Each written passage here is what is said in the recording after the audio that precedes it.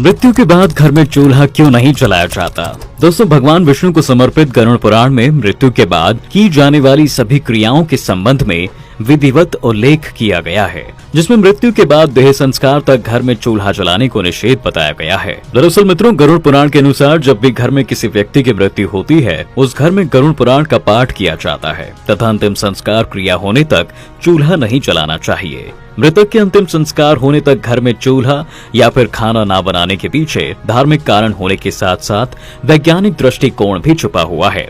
कहते हैं मृत्यु के बाद घर में 13 दिन तक यानी कि 13वें के बाद तक पूजा पाठ नहीं किया जाता और न ही मृतक के अंतिम संस्कार तक किसी भी हालत में घर में चूल्हा जलाना चाहिए।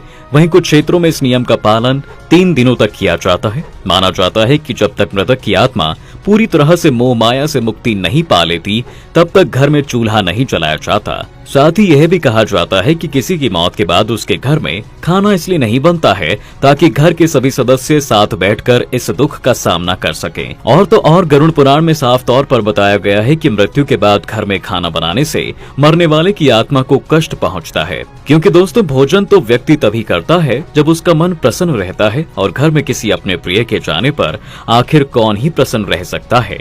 इस स्थिति में कैसे किसी के मुंह में अन्न का एक निवाला जा सकता है, और अगर फिर भी आप अन्न ग्रहण करते हैं तो 13 दिनों तक आपके आसपास भटक रही मृत आत्मा को कष्ट पहुंचने के साथ साथ गुस्सा भी आ सकता है, जो आपकी या फिर आपके परिवार के लिए खतरनाक साबित हो सकता है। इसलिए इन सभी तरीकों के खतरों से लोगों को बचाए रखने के लिए गरुड़ पुराण में अंतिम क्रिया के खत्म हो जाने तक चूल्हा जलाने को निषेध बताया गया है। वहीं एक अन्य मान्यता के अनुसार जब कोई व्यक्ति मृत हो जाता है तो उस मृत शरीर को देवतुल्य की उपाधि दी जाती है। ऐसे में इनका सम्मान तभी होगा जब आप इनकी पूरी पूजा क्रिया पूरे विधि विधान से संपन्न करते हैं, बिल्कुल शुरुआत से लेकर 13वीं के अंत तक। अब आप ही सोच कर देखिए, किसी मृतक को देवतुल्य होने के बाद बिना उसकी संपूर्ण क्रिया कर्म के आखिर आप भोजन कैसे कर सकते हैं, और अगर करते भी हैं तो यकीनन यह उस मृत देवतुल्य शरीर का सरासर अपमान होगा, जिससे कहीं न कहीं आप पाप के भागीदार बन जाएंगे।